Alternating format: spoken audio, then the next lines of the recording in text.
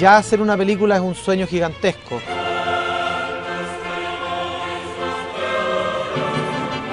Ya hacer un largometraje en Chile, en América Latina, es un sueño bastante demencial.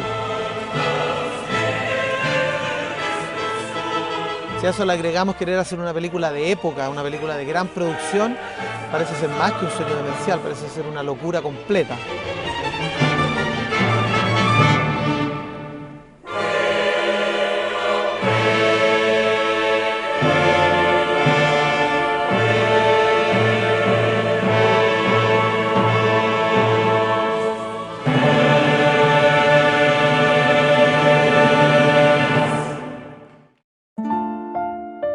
Subterra, la mayor producción cinematográfica chilena. El esfuerzo de un grupo de realizadores por recobrar la historia del pueblo de Lota. La obra de Baldomero Lillo, llevada con realismo y espectacularidad a la pantalla grande. Yo te diría que cuando hice Juan Fariña, El Pozo, cuentos de Baldomero Lillo para la televisión, ya tenía incubado en mí hacer Subterra, que era un sueño que yo traía desde niño. Yo lo que me propuse fue respetar el espíritu de Baldomero Lillo, ese espíritu apasionado, ese espíritu comprometido con el dolor de la gente que trabaja en la mina, y también respetar profundamente a los personajes. Yo dije que voy a tomar a Jonás, a Pablito, al Cabeza de Cobra, a Mr. Davis, a María Los Ángeles. Los personajes los voy a respetar, pero a muerte, y el espíritu que hay detrás de la obra también. Baldomero Lillo escribe, es como que untara su pluma con su propia sangre, y es súper partidario de los mineros, es súper partidario de sus personajes, los quiere, sufre con ellos. Eso a mí me gusta. La adaptación cinematográfica de Subterra debía respetar el espíritu de la obra de Baldomero Lillo y a la vez ampliar el universo del libro con personajes reales. Para ello, se rescataron personajes e historias de los principales cuentos. Se creó una historia de amor imposible y se introdujeron personajes históricos, como la familia Cousiño. Le empiezo a hacer hartas críticas al guión y Marcelo de pronto llega y se acerca a mí y me dice: ayúdame, quiero que escriba la última versión del guión. La estructura de la película, la estructura del guión era súper difícil.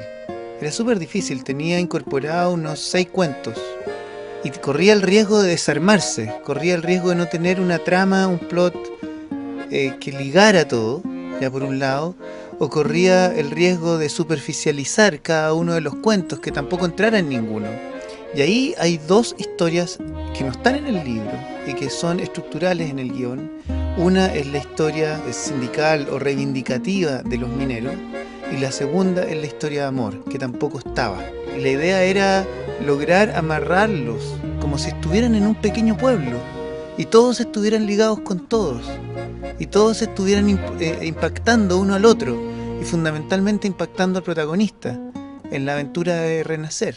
La historia de la creación de la película tiene su origen en 1999, año en que su director, la productora y la directora de arte visitan diversos lugares de Lota y sus alrededores, buscando lugares, paisajes, personajes e inspiración para el filme. Subterra tuvo un costo total de $1.200.000, que para un mercado como Chile es una película bastante cara.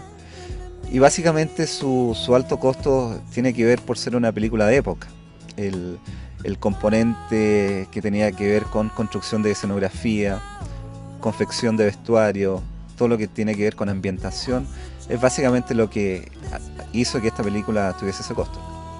El reto era significativo para el equipo de arte. Reconstruir Subterra era reconstruir el pasado de Lota, sus casas, sus calles y el yacimiento del carbón. La investigación histórica, la recopilación de fotos y documentos de la época fue un proceso meticuloso que definiría los escenarios, los colores, el ambiente y los materiales de una de las producciones más costosas que se hayan realizado en nuestro país.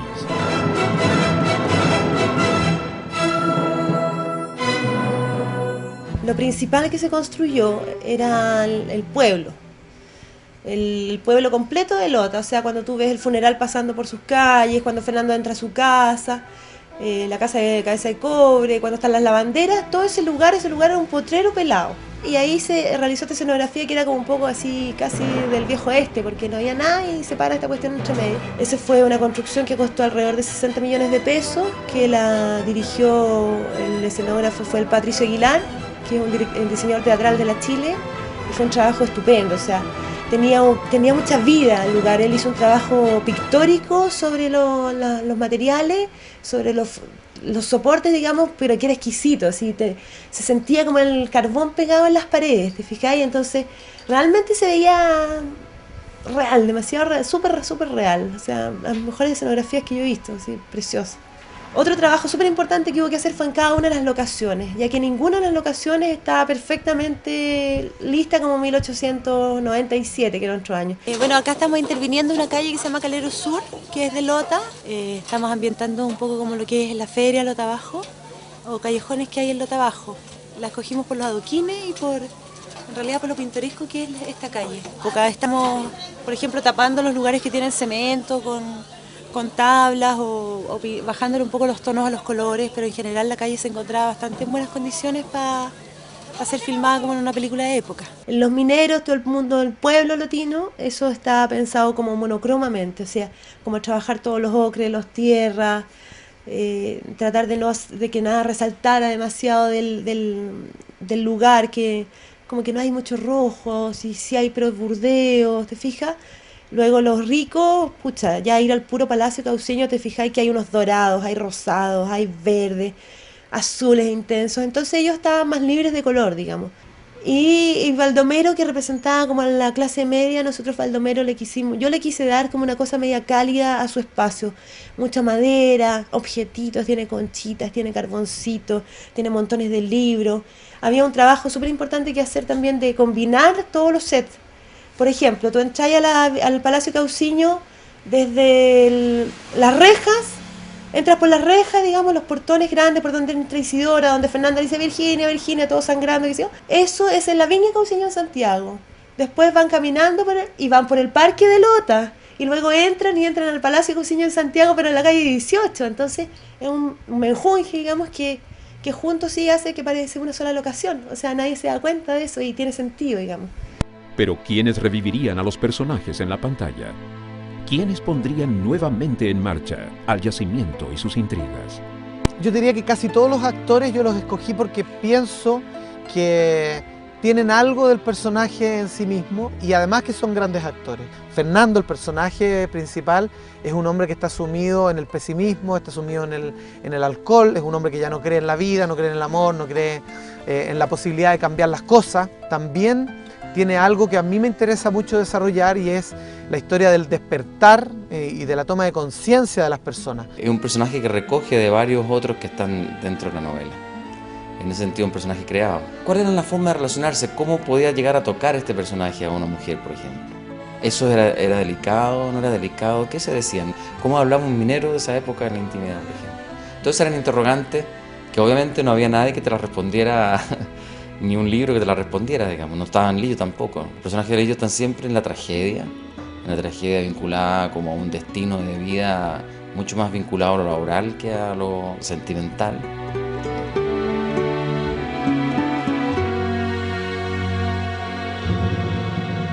La Paulina Gálvez, yo la había visto a ella trabajar en algunas películas españolas y también en la película de Gonzalo Justiniano, y me parecía una mujer muy guapa, una gran actriz, y además se cruzaba con el personaje, porque el personaje era una mujer que era chilena, pero se había ido a Europa, el personaje Virginia dentro de la película, bueno, y a la Paulina le pasaba un poco lo mismo. El hecho de que como el personaje yo haya nacido en Chile y me haya criado en España, yo creo que sí que me da por lo menos en un ámbito, me da un cierto entendimiento, ¿no? de qué le puede pasar a esta mujer cuando vuelve y cuando se reencuentra con un pasado, cuando siente el vacío de no reencontrarse con su madre, por ejemplo, que es la que dejó.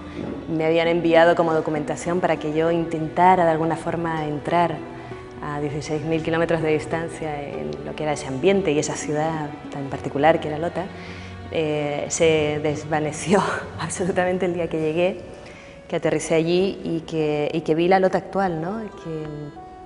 Que vi a esos testigos reales y directos de lo que fue la historia de la minería en este país. Entonces no hay más que hablar, Virginia. Comienzas el lunes. Si le parece bien, Isidora, yo me encargo que una cuadrilla de mineros eche una manito de gato a la escuela mientras tanto. Tito Noguera, yo creo que tiene harto del Cousiño también.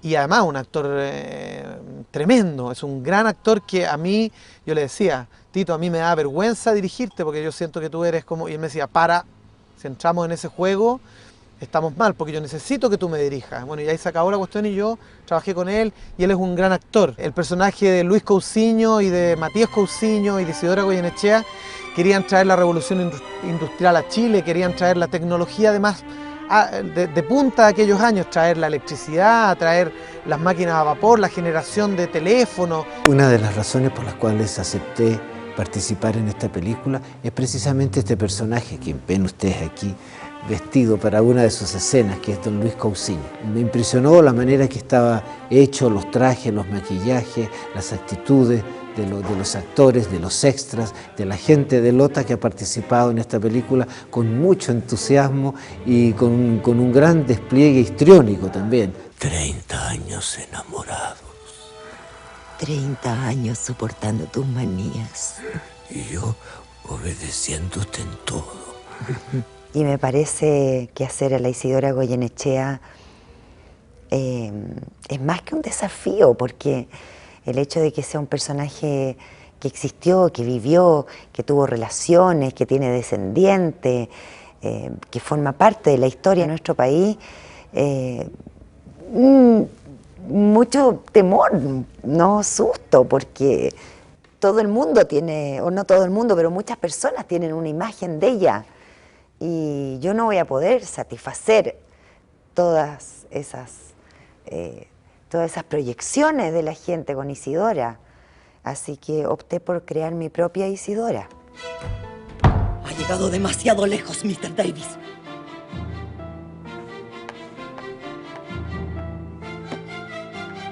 Está despedido. Firing me. Había un grupo de mineros, me puse a conversar y había uno que guardaba silencio, estaba al lado mío, aquí. Y yo hablaba con los mineros, bueno, me contaban esto que te cuento. Y de repente ese que estaba al lado me golpeó así, con el dedo. Y yo lo miré. Y él se sonrió. Y yo lo miré. Y era Patricio Bústero, que yo lo conozco hace como 47 años. No lo había reconocido, porque se funden los actores con los mineros, ¿me entiendes? Eso es lo más notable que encuentro yo aquí, ¿me entiendes? El casting es inteligente, oye. El papel de Mr. Davis, es el malo de la película, es el tipo más duro, ¿no? Que tiene que mover toda esta mina. ¿Quién puso esta viga? ¿Nos querías matar a todos? Ha sido muy impresionante bajar al Chiflón del Diablo, trabajar allí y tomar todavía más conciencia de lo que era la vida realmente de esclavos que llevaban los mineros. Arrastrándose sobre las manos y las rodillas, los mineros se internaron en aquellos estrechos túneles. Por todas partes se oía un golpear incesante, el ruido sordo del pico mordiendo el venero. Quejidos hondos salían de aquellos agujeros en los que aparecían y desaparecían las luces fugitivas de las lámparas, como fuegos fatuos en las sombras de la noche. Un orgullo interpretar a este gran escritor. Me siento emocionadísimo al descubrir y al ver plasmado en la realidad, en la realidad de esta película, la vida que han llevado estos hombres y mujeres, no solamente en la mina, sino que por todos los explotados de nuestro país. La película requería además de una gran cantidad de extras. La producción logró reunir a más de 500 hombres, mujeres y niños del pueblo de Lota, el cual vio en ella la oportunidad de recobrar una identidad pasada.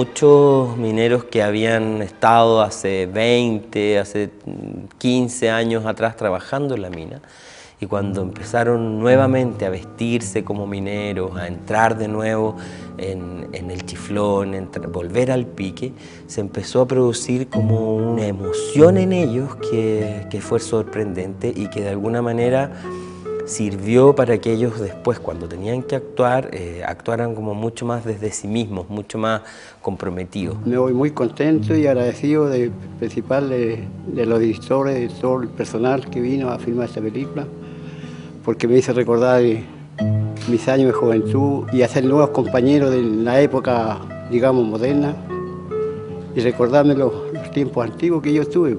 Hay gente con una gran fortaleza, si se le puede llamar así, y con un gran sentido del humor y gente muy orgullosa, ¿no? La empresa llegó a tener 17.400 trabajadores. De esos 17.400 trabajadores habían 1.000 Juan Pérez. Cuando necesitaban ubicar a Juan Pérez, no se sabía cuál de los 1.000 eran. Así que por eso era imperiosa la necesidad de colocar el famoso sobrenombre. Tienen que saber que de aquí nació el famoso Patas Negras, las famosas camas calientes. Se fue Espalda del Loro, la famosa carbonada, yéndolo a jerga gastronómica. Carbón, carbonada. ¿Por qué? Porque el minero siempre fue más remunerado, mijo. No se podía dar el lujo de comerse sus buenas cazuelas o sus buenos asados. Todo poquitito, todo minimizado. Así que cuando la deguste, ya vas a saber de dónde nació. De Lota. Creo que la gente de Lota es como poca gente que existe en Chile. Es gente tremendamente entregada, ganosa de hacer cosas, disponible. Ellos me enseñaron mucho, los que eran mineros antiguos, muchas cosas de lo que era el trabajo en la mina. ¿Este carbón? Sí, eso es carbón. Ahí donde se va picoteando. Claro, ahí. Ahí va. No es fácil, ¿eh? No. Y este pueblo hizo grande a nuestro país. Los millones y millones de dólares que hoy día navegan a través del mundo por las grandes empresas transnacionales fueron generadas del carbón, que de aquí de la cuenca carbonífera de Lota salió. Me impactó mucho ellos súper posesionados de sus roles, de sus vestuarios, de sus maquillajes. Yo creo que ellos estaban contando su historia. Cuando me titulé en la universidad me vine a Lota, finalmente trabajé en la mina, trabajé muchos años en la interior mina, y ahí yo pude un poco comparar con la realidad que ha visto el libro. El concepto que está en Subterra implícito, la vida del minero, sus tradiciones, sus anécdotas, sus tallas, y dentro de toda una vida difícil, dura se puede decir, pero no exenta de alegría, de ganas de vivir, de entusiasmo y por qué no de un heroísmo cotidiano. Estuvieron los cabros de 8 años metidos aquí, para abrir las puertas para que pasaran los carros con los caballos y de hacerse hombre, hacerse el cuero duro, como me pasó a mí, que muchas veces uno la lloró aquí abajo por estar metido aquí, pero había que soportar porque no había nada más que hacer aquí en Lota. O sea, Lota nunca tuvo ni tendrá, creo yo, una empresa tan grande y tan poderosa como fue el carbón. Yo creo sinceramente que si los lotinos no hubieran tenido onda con nosotros o no nos hubieran creído, no hubiéramos sido capaces de hacer esto. Me he sentido feliz yo filmando la película. Los extras se portaron súper bien, la gente en sí se portó súper bien, éramos como un fenómeno. Yo lo estoy haciendo bien, si lo hiciera mal me lo criticarían inmediatamente. Sí. Claro. Sí, no, sí, eso. Entonces, luego, ¿qué hace? Yo escucho bien para hacerlo bien. Me dicen no mire la cámara, no miro la cámara, paso de apercibido. Claro, hay que mirarla. Claro. Yo creo que un gran porcentaje, por decir casi un 60%, un 70%, tiene que ver con la gente de Lota. Siempre pusieron la cuota como de alegría, de positivismo. Más de 300 vestuarios fueron utilizados para la película. Estos definirían el rol de los personajes en la historia. Quiénes convivían con la luz y quiénes con la oscuridad. Fuimos desde anticuarios hasta mercados persas, hasta de persona en persona. En Lota de repente te ayudaban y te decían, pucha, tengo un bolso minero, nos pasaban eso. Pero un trabajo de hormiga, era una cosita, era como un tejido. Yo siempre creo que es como un tejido. Un puntito con el otro, finalmente se hace el chaleco, digamos, ¿te fijas? En vestuario era como ver mucho también la pintura, porque era nuestro referente de color, ¿te fijáis? Tú al ver la pintura chilena, al ver a un Juan Francisco González, Pedro Lira, te empiezas a dar cuenta, pucha, esto parece una seda, esta es una seda azul, porque si no, la fotografía es en sepia, no tienes color, entonces ¿cómo inventáis el color del pasado? La pintura es la única manera de tener un referente real. Para maquillaje nos sirvió la pintura, y una pintura que es un retrato de Baldomero Lillo. Estos rasgos se veía que tenía como los ojos bien abiertos, que era como medio peinadito, sí, medio fruncido. Y eso lo logra nuestro actor, ¿te fijas? Bueno, hoy día es verdad, tenemos súper pocos extras, pero en general hemos de repente tenido que vestir hasta 80 personas con los mismos vestuarios, que en principio las ensuciábamos y no quedaban tan sucios como en realidad la mina nos deja. Y llegamos a este resultado, que es de una negritud impactante. Todo esto tiene nombre. Por ejemplo, acá vamos a tomar un ejemplo. Este bolsito, que es el bolso donde ellos llevaban la comida, se llama guameco. Llevaban adentro el manche, que era el manji, digamos, la comida. Bueno, la polera y el pantalón, la faja y el fireman en principio son de tela de sacos harineros, porque no existía el uniforme oficial para bajar a la mina. Entonces, como llegaban tan sucios, llegaban tan húmedos, era la única manera de proveerse de un uniforme que se lo hacían sus propias mujeres, sus hijas. No tenían cascos ni nada. Bajaban con los sombreros que ellos usaban en la vida cotidiana para protegerse un poco, que incluso llegaban a ser chupallas. El sombrero ya era viejo, muy usado, lo dejaban para el trabajo a comprar uno nuevo. Ese era, digamos, nuestro antepasado. La forma de tomar cada cosa, de cómo lo llevaban, eso fue una información que recopilamos acá mientras estuvimos haciendo la película, y eso ha sido como de las cosas más interesantes de este proceso. Llegó el día de librar la batalla, y el ejército de técnicos y artistas de las distintas áreas estaba listo. Un equipo de más de 100 personas que lucharía contra las duras condiciones de trabajo. La explotación del carbón en Lota fue una gran epopeya humana.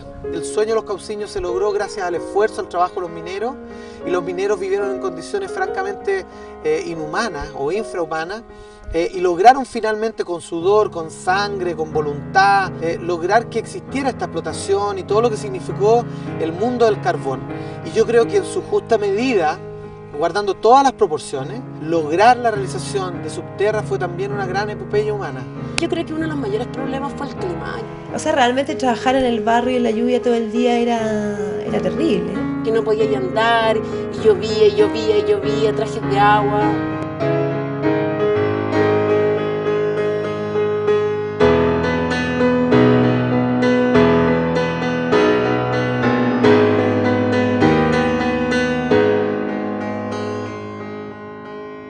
El día de pago fue un día muy difícil para todos. Fue un día con mucho viento, mucho frío. Estábamos todos nosotros, la mayoría de la gente que estaba participando en el rodaje ahí prácticamente en pelota, digamos, ¿no es cierto? Con ropa muy liviana, ropa con la que se trabajaba al interior de la mina. Todos quedamos sorprendidos de la entrega y de la garra que tenían esas personas.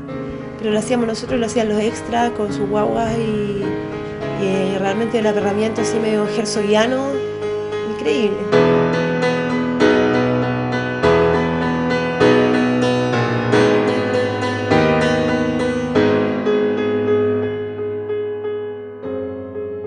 Nosotros vivimos un 0,1% de lo que vivieron los mineros cuando trabajaban, imagínate, 40 años abajo en la mina. En un promedio de 10 a 13 horas diarias de trabajo en la mina. Bueno, nosotros tuvimos 8 días, me parece, en el interior del Chiflón del Diablo, y la cuestión era terrible. Nos metimos a filmar adentro de la mina, ya debajo del mar. Bajaba 250 metros así en diagonal por un barro que te iba cayendo de una cuestión. Después había que caminar casi punta y codo durante 150 metros, agachado. Y tú tienes que imaginarte lo que significa llevar fuentes de energía para todo el aparataje técnico para poder filmar abajo. Es incómodo, súper incómodo filmar allá adentro. O sea, claro, tú puedes llegar y para hacer un paseo turístico y estar agachado, no sé, un rato, pero cargar los cables, las fichas, el trifásico, el tablero, las luces. Es súper sacrificado, pero uno se empieza a acostumbrar, empieza a ver más, tus pupilas se abren más. Empecé a acostumbrarte a caminar en este terreno irregular, porque al principio uno como que se te doblan los tobillos y después, increíble el ser humano, pero después andáis, pero no sé, pues como en tu casa, dentro de la mina.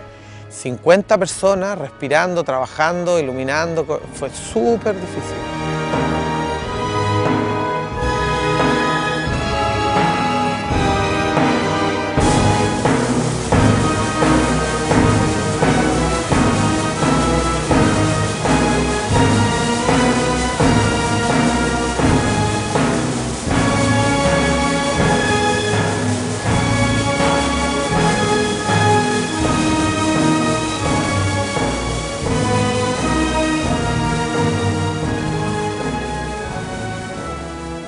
realmente estar ahí abajo en la mina, claro, vivíamos como los mineros.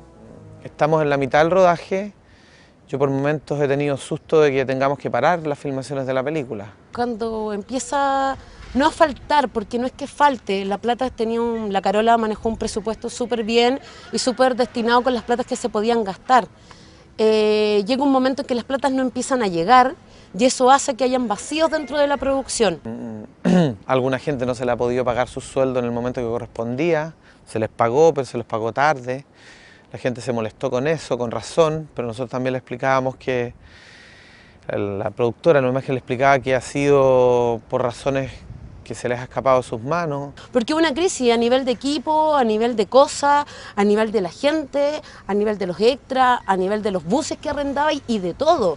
O sea, llegó un momento que la crisis económica se sintió, pero la buena onda, el que te crean, que eso es súper importante, el que te crea a la gente, que realmente cree que está con gente que va a responder, hizo que pudiéramos manejar la situación un poco más. Hubo momentos en que yo pensé que era muy posible que se detuviera la película. Hubo momentos en que mucha gente pensó que Subterra no se hacía. Cuando recibimos noticias que ciertos fondos internacionales no iban a estar, cuando nos dábamos cuenta que era mucho más caro de lo que realmente creíamos, pero nunca pensé que no se iba a hacer. ¡Corre!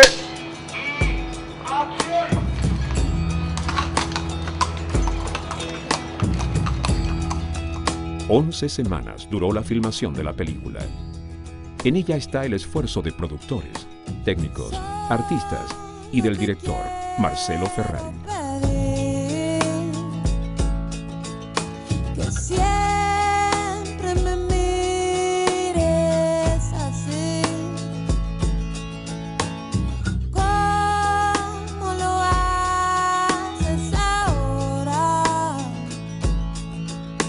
Me has hecho despertar. La vida nos ha hecho ya, y en todo momento cambiará. Luego me miras así, mi fe se levanta, soy otra yo. Y sé que todo puede cambiar, pero siempre viviré. Luego de meses de postproducción, la película estaba lista. Y la batalla tuvo una victoria.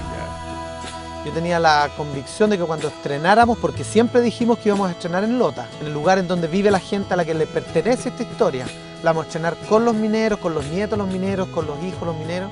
Yo tenía la sensación interna de que iba a ser un momento muy mágico. Yo creo que la película fue una pantalla para ellos. Y fue un nerviosismo, pero muy emotivo, muy emocional. El estreno en Santiago fue distinto, se había hablado tanto, que había una expectativa enorme. Entonces, yo estaba muy nervioso, pero confiado a la vez. Era el nervio de la energía contenida de que por fin llegó el momento. Había tal expectativa que fue más gente que quedó a la escoba en el estreno y la gente no tenía lugar. Fue un poco caótico, pero ese caos me gustó ese caos porque demostraba que había una expectativa tan grande por el estreno que auguraba que iba a ir mucha gente a verla, y de hecho ha ido mucha gente, ya vamos más de 500.000 de personas que la fueron a ver. Cuando se ha presentado la película en Francia, en festivales, en Canadá cuando la fui a terminar, en España, en los otros festivales donde ha recibido premios, la gente no puede creer el nivel técnico, artístico, el nivel de puesta en escena que hemos sido capaces de obtener, de lograr acá en el país. En ese sentido creo que Subterra ha sido una gran carta de presentación de nuestra historia, de nuestra identidad cultural y también de las capacidades que tiene el cine chileno hoy. El pasado de un pueblo estaba en la pantalla. El sueño hecho realidad. La obra de Baldomero Lillo estaba en imágenes. Y Lota recibía de vuelta la fuerza de su historia. La de un pueblo, en un país, al sur del mundo, que luchó por extraer la luz del infierno. Un equipo súper comprometido, de calidad, todo el mundo jugándosela al 100%. Esa actitud que tiene Marcelo, creo que es una persona que logra armar equipos de trabajo tremendamente cohesionados.